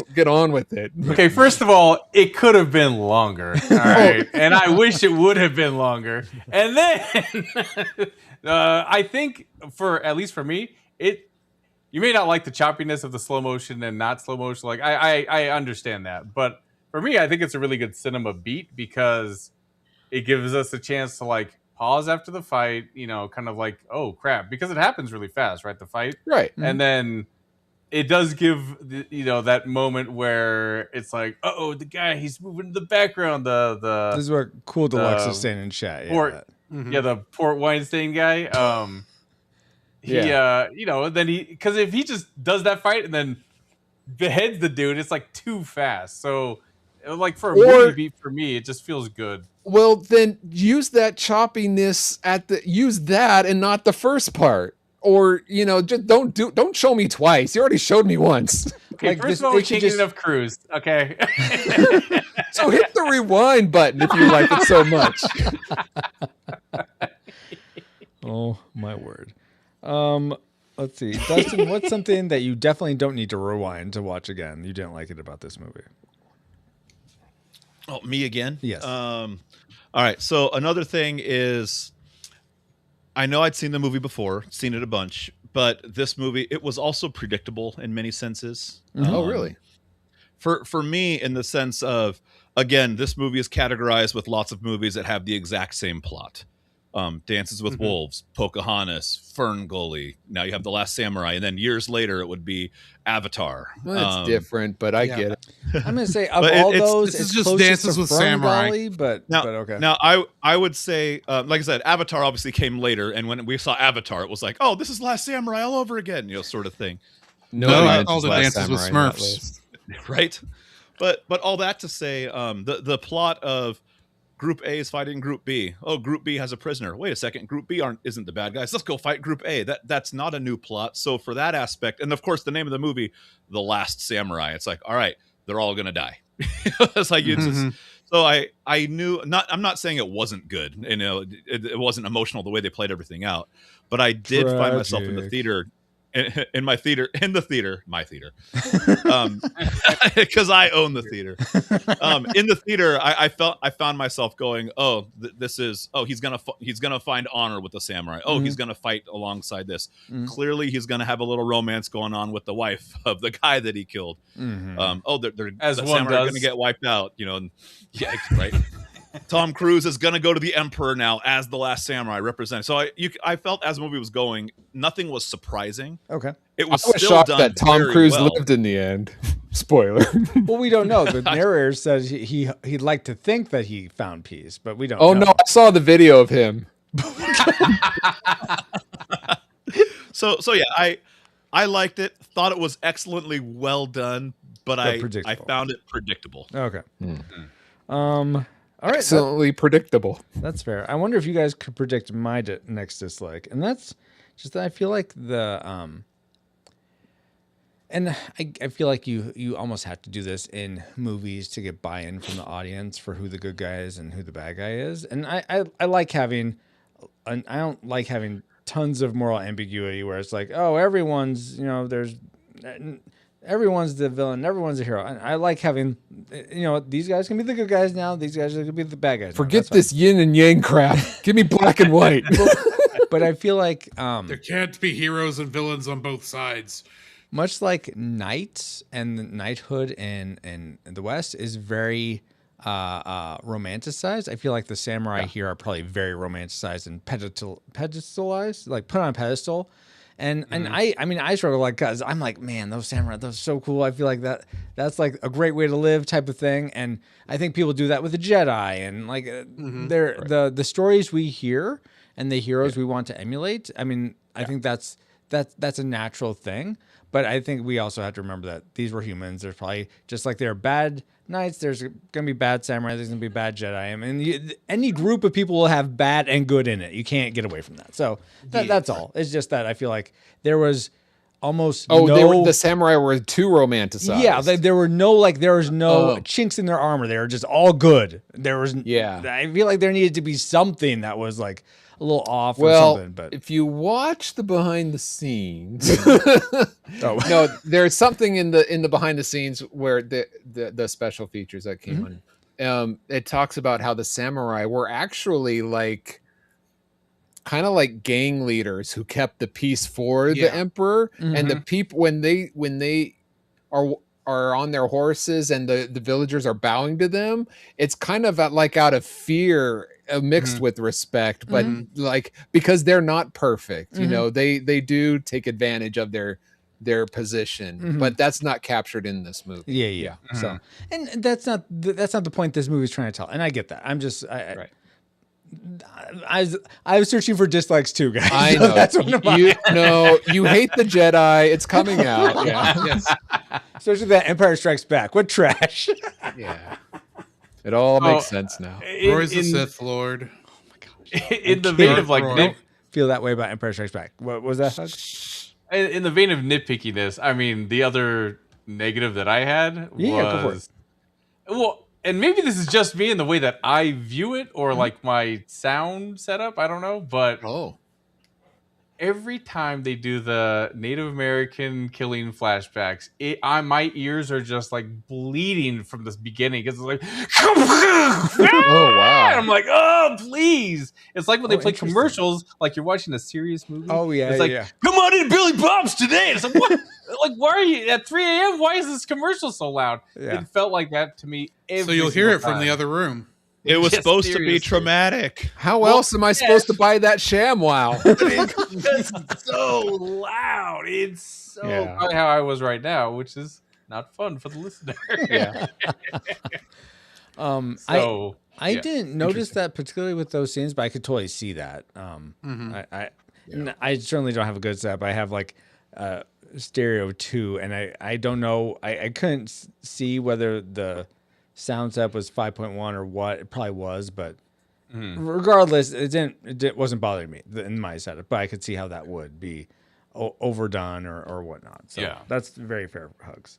I guess that leaves Drew, I believe, for one more dislike before we get to Tragic Makers. My second dislike is I wish they hadn't done the love story between him and I thought it was sweet. The wife, the wife of the man he killed. I'm fine with her having the hostility and them them coming to an understanding, but I almost feel like her falling in love with him was almost disrespectful to the husband, and I kind of he's dead, and that's Tom Cruise. Come on. So you don't like Back to the talking Future, to the guy who then. doesn't really like Tom Cruise. So yeah, and you also don't like Back to the Future, apparently. I like Back to the Future. Well, then you don't appreciate not Florence. What is it? The Nightingale syndrome that she acquires. Florence Nightingale. Just because I understand what I say doesn't mean I have to like it. No. I feel like apples and apples for the story this was telling. I didn't feel a love story was necessary. You know what? I agree with go back. I agree with you, Drew. Tom deserves better. No, I'm joking. Wow. I'm just saying. Like I said, maybe it's just me. I just did not. And you can call it a personal preference if you want. But you know what? I did not feel that love story was necessary. I was fine with him being like basically the uncle to those kids. Yeah. But I really do like the scene where she offers him the armor and said it would be honorable if you wore this into battle. It'd be an honor to us. I appreciate that. It's just I feel you could do a lot of that same stuff and not have the sexual tension in the air. Well, that's something I actually appreciated because normally in sexual tension scenes you have clothes taking off, but this is a nice variation of that where it's clothes putting on. Yeah. So, and I'll say, like I said, it's personal preference for me. Sure. Yeah. Yeah. If I'm comparing this with, I tend to hold This Braveheart and Gladiator in sort of a Triforce. Hey, Braveheart. That was also edited by the same person. No, sorry, cinematographer was the Ha! Wait, that Well, doesn't go. That's a Braveheart, ha against they me. didn't What keep am I all their saying? clothes on. He won an Academy Award for Braveheart. So ha. Aha! Anyway, go on. What are you saying, Francisco? Braveheart? What? He's one of the Care Bear cousins, right?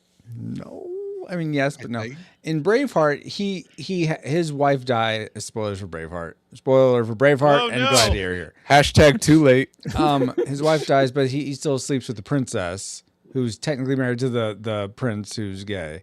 And then Gladiator, his wife dies, and I forget if him and the Marcus Aurelius's daughter have a thing or not. I feel like they do. Did you see Gladiator 2? Yes, I've seen Gladiator. Oh, Gladiator 2? No, Well, I've not. they had a kid together, Oh, so well, all right, there that's you the go. plot of Gladiator 2. So Okay, yes, they so did have a thing. I compared to those, I so appreciate it, and I had forgotten this element of it. Like she always in the beginning, she closes the door. She keeps closing the door, and that would have been a perfect sort of counterpoint to her opening the door to like allow him in. But no, she closes the door again, which I thought, okay, no, this is not that type of movie. I like that they just have a kiss and that's it. I think that you still have that romance element and that he comes back and she's glad to see him. I feel like I feel like if you had too much of that, it would overwrite the whole honor aspect of this movie that I think is the main thrust of the whole, is the main theme of it all. So I like that they kept it simple and it wasn't much. So, but her the lady that he kisses, I mean, her acting, like you can see it's like, oh my gosh, this is regret, but then she like goes and hugs him from her back, so it's just like you can tell she's struggling with her own like man, like, you know, okay, here goes another guy that's gonna die and I caught feelings, crap, my husband and my kids, like all of that is on her face, and I love that. It's good acting.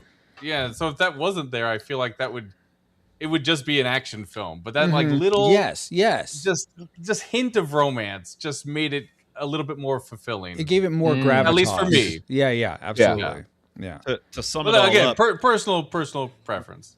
So. To sum it all up, Drew, they all think you're wrong. That's what it sounds like. That is really what it sounds like. And you know what? Your personal I preference will let that go. is wrong. Wow. Well, I will take the bad opinion award for this episode. I appreciate it because it led to this discussion. I will say though, there were probably something really wrong for all of us about this film. I'm going to start off because it's one of these so this is, me and Paul will often talk about elements in films that sort of take us out of the movie. This was kind of one of those for me. I felt like in the beginning, there's that opening sort of part where they have all the conscripts of the Japanese army going up against Katsumoto and the samurai, and the conscripts get decimated, and they're left with Tom Cruise is the like last one fighting. He's been stabbed multiple times, and he's just like The kicked last and conscript. like, last one. I do not. Here's my issue. I do not see how he survives without any sort of medical attention all the way to the village where he can finally get stitched up. He's gonna bleed out. I'm sorry. That's just I don't buy it. It was only a flesh wound. Didn't you see King Arthur and the Black Knight? Come on. He's had worse. His blood's a flesh wound. No, but it's the trope of the hero can't die. That I get that. Oh, plot armor is what you're saying. Exactly. Yes, Tom Cruise has plot armor in this film. All you have to do is not and have that translated him to getting real armor at the end of the film. So it all makes sense. And he still didn't die, which is a stronger plot armor. Yeah, see, because that's how he became the last samurai. He was the only one. You that know survived. what, Drew? You've been redeemed. Francisco just got the bad opinion now. What are you talking? Oh my god! Agreed. Captain Tragic. He's our hero. Actually, is working on lyrics for that. I'm like, why? Down to zero. That's great. Okay. All right, so that is my tragic maker, guys. It's just hard for me to buy that he'd survive. Let's go back to Drew. What's your tragic maker for this film? Y'all already mentioned this, so I'm just bringing it back up, and it's the bad blue screen in parts of this film. And to That's me, because the you worst can't one, tell you have the big green screen behind you, and it doesn't bother you either. exactly. I've been inoculated to green screen effects. Yeah, that's it. That's got to be what. No, the one that bothers me is when they're walking through the San Francisco right before they go to Japan. And it's like that's obviously a matte painting CG. Yep. That is so painfully obvious that that's not real. In a movie where everything else actually does a pretty good job of looking real, that's painfully obviously fake. And that bugs me a lot. Okay, well, what do you expect them to do? How are they supposed to get an actual realistic video of back in 1876 or whatever? I'm not saying they need to act. It sounds like that's what you're saying. Perspectives off or something. I am not saying that they that it has to be like spot perfect. I'm just saying maybe do a better job of your of whatever CG matte painting you've designed for this thing. Fine. It wasn't comped very well. And granted, if you're trying to go for maybe a fairy tale effect where that was the old world and now he's coming in Japan where it's new, I can maybe see that. But that's not what this felt like. That felt more like we needed a scene of them walking out of this train station, or walking out of this theater to go down to the docks, and we don't have the money to go shoot this anywhere we can't build the set anywhere.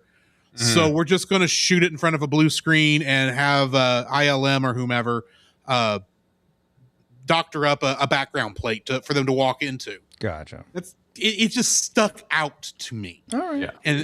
And I'll admit this is partially a nitpick because good night, there's so much to like about this film. No, it's a horrible movie. This might be actually my favorite Tom Cruise film.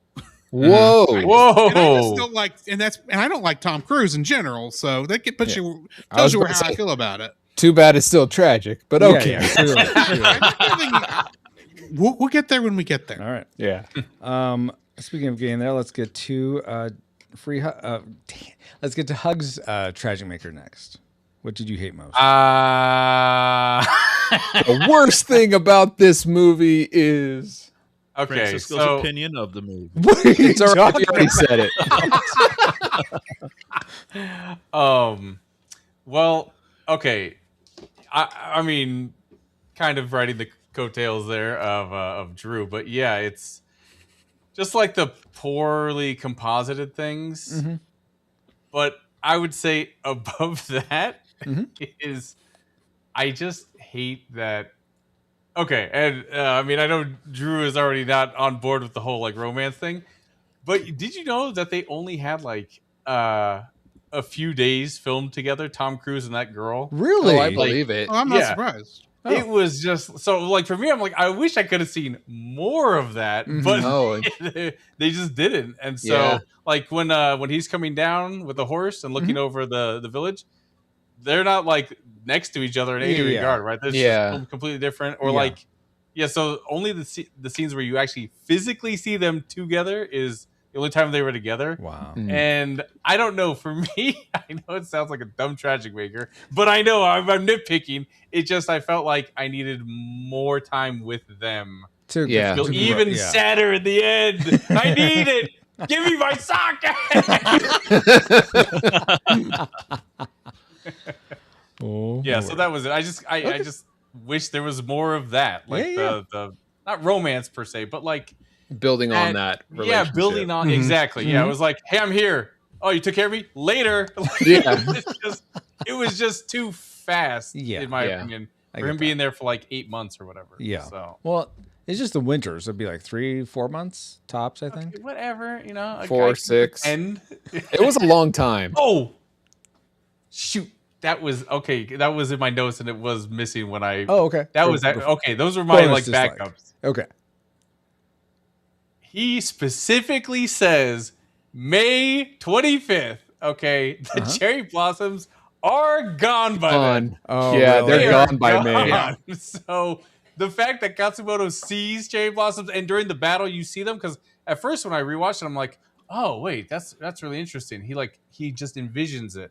But then I was really paying attention because I watched it twice before we did this. They see cherry blossoms in the they're like all over. Yeah, even when they're getting ready to leave. That up here in Washington, March is peak cherry blossom season. I agree with you. May, it's like May is like right they're now gone. is when it's cherry blossom season. Right when we're recording it. Like end of April is like that is you're seeing just the remnants. But May 25th, end of May, it's all gone by then. Maybe interesting. Which is what made it so perfect when he saw it because it shouldn't have been there. All right. He was already dead. Supposed to be the way. It was symbolized. It was symbolism. That's how the cherry blossoms were perfect. They were all in his imagination. Well, yeah, that's what I thought when I watched it the first time. Yeah. And then I was like, well, I mean, the first time for this, and then but when I watched it again, I'm like, wait a minute, they're all over the place. Yeah, exactly. Okay, I didn't realize that. So that's a good call for sure. Well, the director said in the commentary some of the scenes along the in the shrine and everything, they put certain types of flowers that weren't supposed to be there, but he said it looked pretty. So sometimes you just want your aesthetically thing pleasing if inaccurate. You just want your movie to look cool. And sometimes you throw accuracy to the window. Yeah. All right, let's go to Dustin, and we'll end with Paul. You guys already mentioned this. I forget if it was Francisco or Paul. Maybe it was you, Francisco. That the samurai, as much as I said I love, my biggest classic maker was how big honor was represented in this movie.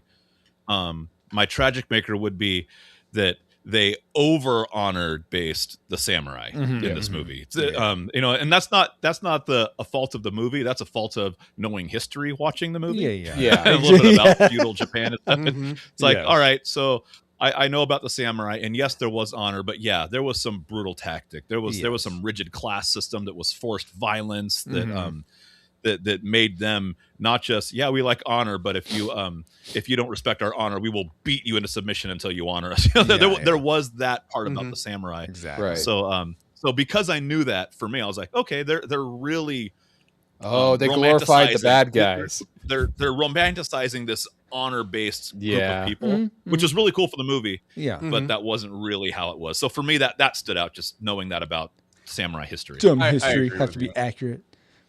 No, I totally get that, Dustin. Yeah. There are those filmmakers for taking creative liberties. Yeah, geez. All right. Well, Paul, what was a creative liberty too far for you? What was your tragedy? All right. So too far and away.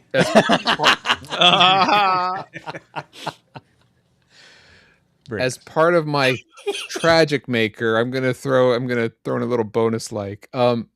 We get to about an hour into this, and Cruz is in the village, and they're performing that little play, and Ninja Strike. Yeah. Okay. Before you had the cavalry and you had the samurai, and those are two groups of people. Okay, that's interesting. Then plot twist, you throw in ninjas, and these are like authentic looking, like real ninjas. These aren't the ninjas that we're used to seeing on screen at this time, like the Foot Clan or like the Surf Ninjas or whatever. This is like really cool. Like, oh, this is what ninjas are really like, and they make like these puny little ninja stars. They make them look really cool and deadly, and it's really cool.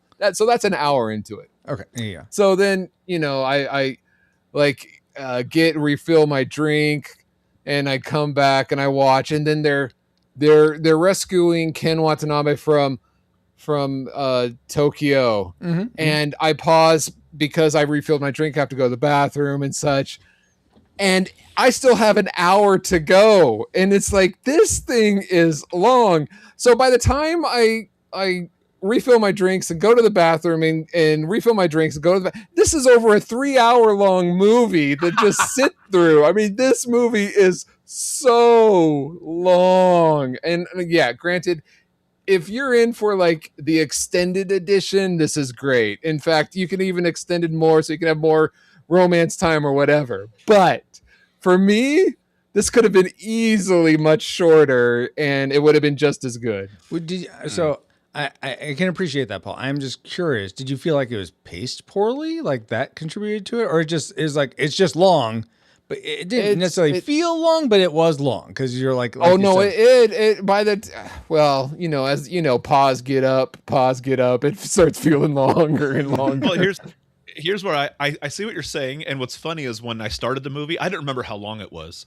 Yeah. But when I turned it on, I was like, oh, it's 2 hours and 45 minutes. The first thing I thought was, Paul's gonna say this is long. And boring. Yes, you called it. But at the same time, I thought for a movie that was 2:45, I don't think anything needed to be cut to me. I was engaged the whole time. Same. Even the parts where you're getting immersed in the culture of what the samurai are doing, I was fully in. That and last what I compared battle, it to, though, that last battle was too long. Like I already said, the you part probably where thought the battle in the Avengers was too long too, didn't you?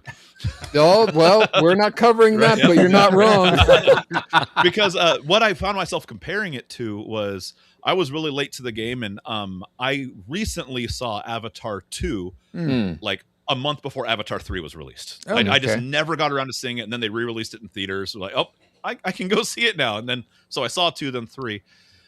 Avatar 2, being clocking in at 3 hours and some odd minutes. For me, that movie, when they were learning the ways of the water people in Avatar, I was bored out of my mind. I was like, this is so long. Like they took, I felt like 45 minutes to an hour of nothing else other than just learning the culture of these people. And I was like, okay, there needs to be some more happening here. Whereas I felt in The Last Samurai, it was paced really, really good. So it was long, but I was engaged. I was learning. I was entertained the way they were doing everything. So so I agree it was long, but I disagree in the sense of I was engaged the whole time. I didn't feel like it was overly done.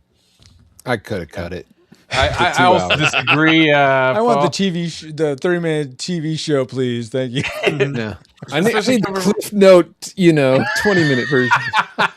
Especially coming from the guy who loves the extended version of Kingdom of Heaven, which is like almost 4 hours.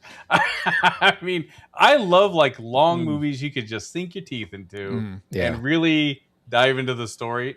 But if it's poorly paced and it doesn't feel like you're getting anything out of it, then I can see it's like, okay, this is like, if I feel like you're wasting my time, then that's no good. But where I'm like, why did I watch this? I want my 90 minutes back. Even like short films, I'll be like, what is this? Like, So for me, it's not really length; it's more just quality of that length. That really. But that's like I said.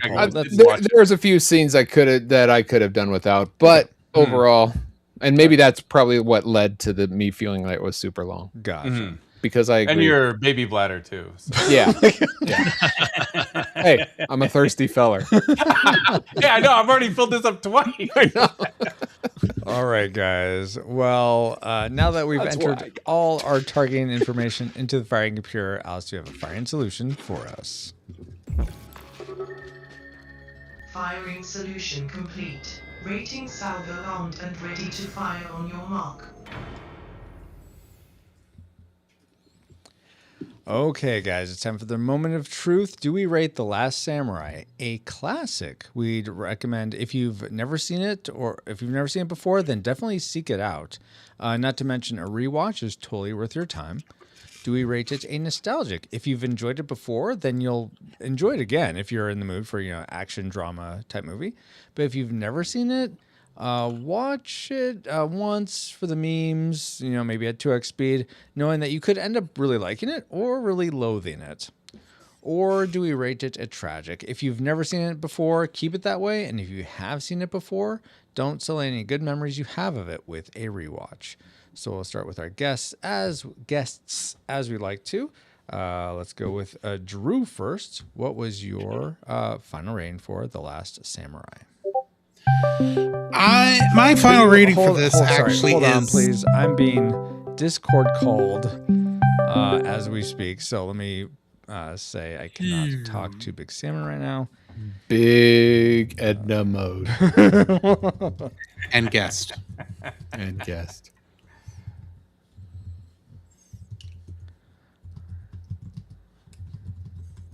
You know what's crazy? I sweat so much if I'm wearing a regular t-shirt, but I wear this. I have no back sweat on this chair. It's crazy. Wow, was it the material or the? Yeah, I actually think it's hemp. Like it just breathes so well. Oh wow! Like I should wear this all the time because I'm a sweat like mamma Yeah. jamma. I've never met you. I've never met you before, but I feel real close to you now. Now that I know this fact. Like it's I mean, I don't know. Here, you can look. You can see my chairs falling. Oh, you can see my chairs falling apart. Wow.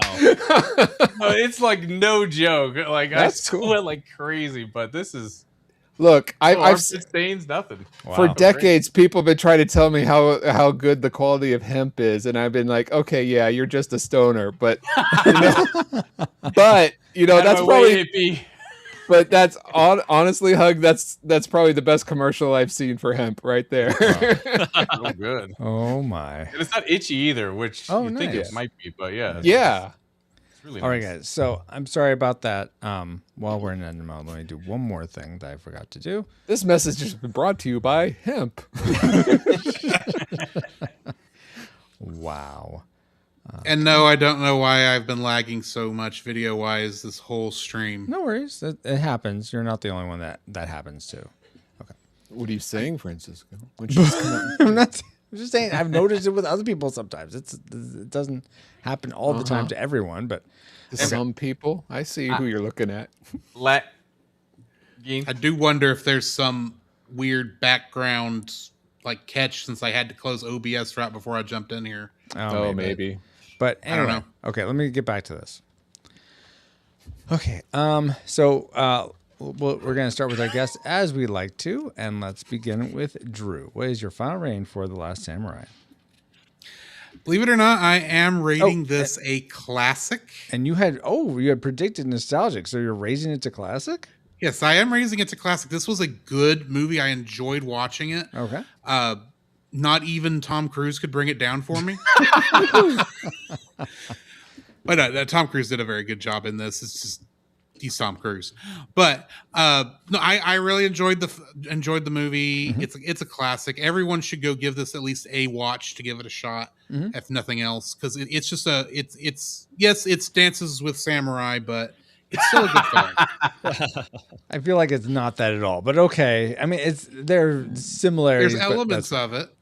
Yes, it's not there as are bad as Dances with Smurfs. Oh my gosh, that's Avatar, is what you're referring to? Yes, Okay. that's Avatar. All right, so classic for Drew. Dustin, you had predicted classic. Where did it end up for you? Yeah, I after watching this and predicting classic, nothing changed. I'm absolutely going to stick with classic. Okay. The But it's theme so of honor, the predictable. redemption. It's right. It was predictable. I'm predictable. I guess it's something I fell in line with it. I don't have a disdain for Tom Cruise the way Drew does, but no, I think this easily is one of my favorite Tom Cruise movies. Nice. Okay. Very good. All right. Hugs, you had likewise predicted classic. Where did it end up for you? Oh, I mean, super mega ultra classic. We don't have super ultra. It went up from mega to super ultra. Yeah, I mean okay, look. On the opposite of Drew, I'm a huge Cruiser fan. All right. I love the Cruiser. but like no, I can't. No, if it wasn't Tom Cruise, I don't think I'd like the movie as much. There's something that he brings to this movie that just makes it more than what it might have been without him. And Ego, maybe? The what? Ego. Ego, maybe? Yeah, I mean, let it fill the room because it's doing something. Aye. Yeah, I mean, it just, if you've never seen The Last Samurai, I really think, even if you're not like a, love Japan kind of person or anything like that, like it's just a well-crafted film. The pacing, I think, is fantastic, even though it is, over 2.5 hours, but it feels just well thought out. The dialogue is great. The cinematography and music are amazing. And so I mean, I don't know how I could rate it anything but super ultra mega fantastic classic. That may have to be rounded down to classic. Just if I a round bit. me down, classic. All right. it. Now, before Put we it in the get square hole. before we get to me and Paul's ratings, we go to you, our fire guard. people that support this show and all the stuff we do at Firejoy Studios. Thank you so much for your support. And you collectively rated this a classic as well. So Wow. 4 classics so far. No point in us Well being on the played. show, Francisco. The masses have spoken. Apparently. But Paul, just in case people do care about our opinions, you had predicted nostalgic. Where did it end up for you? And honestly, I was surprised how much I liked this film. I would really? recommend if anybody to go out and see it. Honestly, I'm surprised I don't hear this film more often in conversations like with Braveheart and things like that, because I think it really stands up to those other types of movies as well. Yeah, absolutely. I mean, I may agree. We're not to my final rating yet, but yeah, we're at your part. So. It's your turn, Roy. Name ain't Roy. I had predicted classic, and it's a classic for me. I enjoyed it through and through. I wasn't distracted by blue screen effects apparently because I didn't notice them. So because of all my weepiness. But yeah, classic for me as well, guys. And thank you. Real quick, thank you, Amos, for the raid. Appreciate you guys coming over. We're at the end of our Last Samurai podcast episode, but glad you're here. You'll be able to listen to the full episode, cut with sound and all that, on next Wednesday. If you're a fan of The Last Samurai and want to hear a review of it, then check that out. But we're about done here, but we'll end here. So spoilers for what the final rating is, but just in time. Yeah, back to our Future? show. But so with everyone rating this classic, the Retro Rewind podcast rates The Last Samurai a unanimous classic film. We'd recommend anyone go watch this, whether or not you've seen it before. But now it's time to get back to our own time. Good old 20XX. 20XX. ComSat online, awaiting incoming transmissions. Feels good to be back.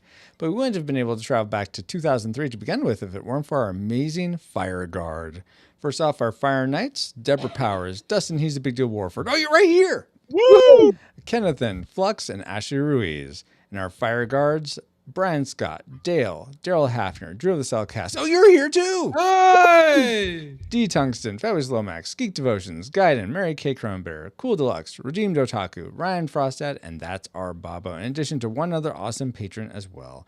Thank you all so much for keeping the gigawatts coming. And if you want to help keep us flying and get bonus content for your generosity, head over to firejoystudios.com/support to start. Say, Francisco, is there a complimentary way to show some support for the show as well? Oh, yeah. I mean, you can compliment us with a 5-star review on your preferred podcast player anytime. For example, Jaron Calva left us a 5-star review with the title Amazing Podcast. Jaron, on Apple Podcasts. Jaron writes, "That story show sent me and I stayed. I absolutely love this podcast and I really enjoy watching the movies and then listening to your episode about them. Thanks for all that you guys do. So thank you so much, Jaron, for that review. And that's the way to do it, Jaron. Watch and review with us. Yes. I think Gaiden is doing that also these days.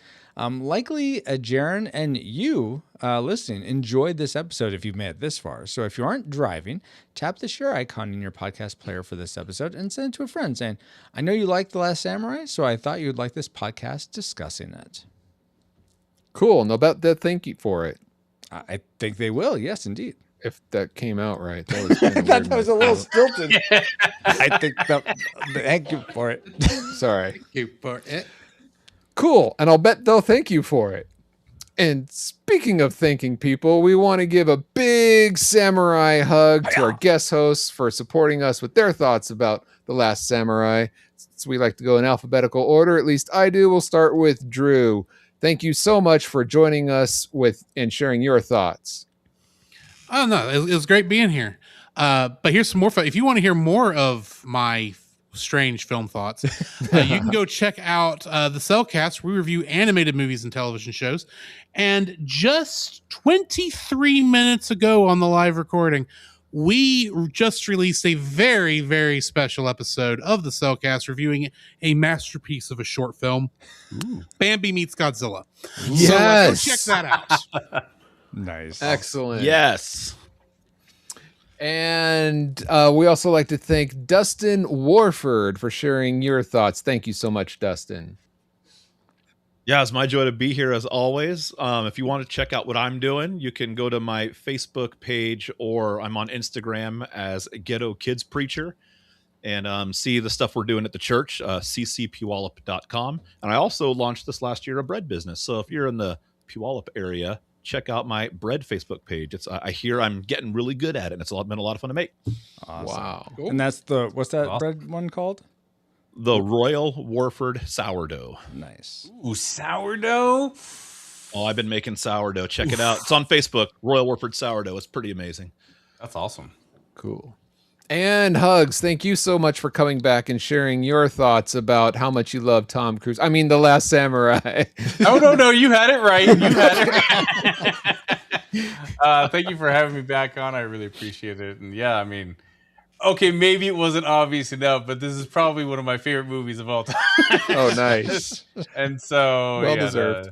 to be able to talk about it with you guys has been a lot of fun, and a couple different news perspectives, and like I really appreciate. I'm glad I was the only one who noticed the blue screen, because I was like, "Come on!" I get it. I'm blind, guys. All right, I get it. Yeah.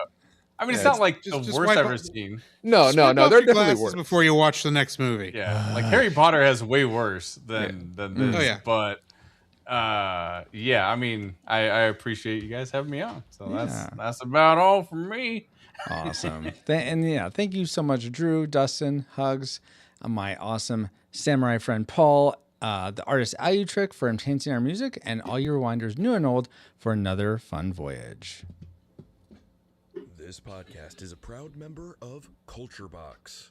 Whether you enjoy geeky reviews, comedy, or original fiction, you can open up the Culture Box and find something excellent for your soul.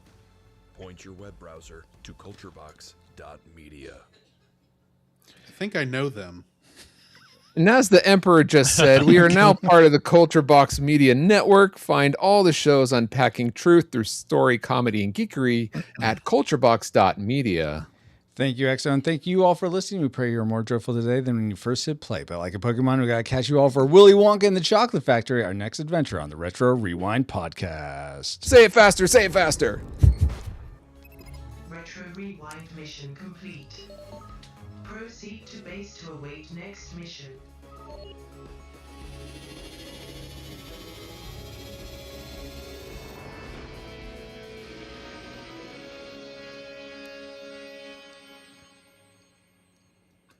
No stinger, insert stinger here if you want. All right, guys. So we are just about at time on the wave room. So I am going to end this recording, let it upload. I will send you a new link. I'm going to keep the stream going, but you'll be able to, you can go get water or go to the bathroom and then come back whenever and then rejoin the new room in So the keep Discord. this browser open until the uploading Yes, says 100%. exactly. Oh, good thing you said that. Yeah. It should say at the bottom, like uploading. So you want to wait till that says 100% or complete or whatever. Okay, if it's at it says I think I'm just 100 going to close it now. Yeah. And I've been at 99 for a while. Okay, so- well, Yeah, I have that's- to end that's it, how it and works. then it will get to 100. But I'm going to do that now. I'll still be online. No, I'm just going to end mine now. Oh my god! Don't I'm at 100%. Okay, bye guys. End for all. Here we go. All right, and I'm still here, guys. I know you can't see me yet. I'm going to make a new room here so you can watch the behind the scenes. But yeah, Bruticus, it was Washington, Puyallup, Washington, exactly. I'm glad you're laughing at that, Hugs. Okay, let's make a new room. Gonna call this not the Blissful Loft. What the junk? All right, that's gonna be instead RRP 345. The Last Samurai. The Last Samurai SS for spiritual speculation. We're going to start the meeting. Copy that link and send it to the crew here. Here we go.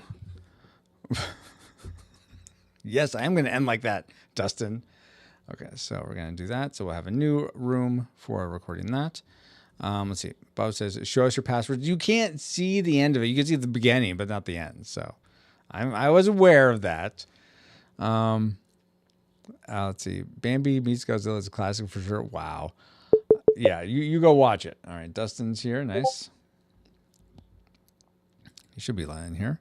I was not trying to be rude, Dustin. I'm sorry. Okay? Yeah, okay, whatever. Just mid-sentence cut off, out, ridiculous. You said you were leaving anyway, so I'm going to leave. I'm leaving now. Bye.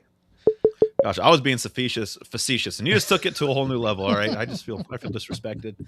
I get enough people not listening to me on Sundays. I didn't expect it from you too. Wow, okay? Wow. I let Drew in here, then he left. What happened here? But I will say this though: if you're watching on Twitch or YouTube or Rumble, I'm going to be ending those streams. If you are a Fire Guard on Substack, we're going to be continuing the conversation, so you can keep talking to us there if you want to watch the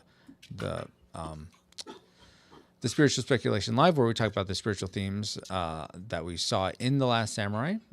You'll also be able to watch that later as a podcast, but if you want to be here live, we're going to have that open for you.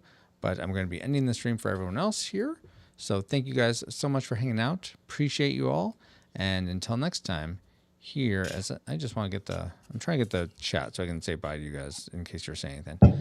I'm going to spend the rest of the year watching The Last Samurai. Good. Do it, Bobo. I'm going away. I'm leaving now. Night. All right. Until next time, here's your stream face.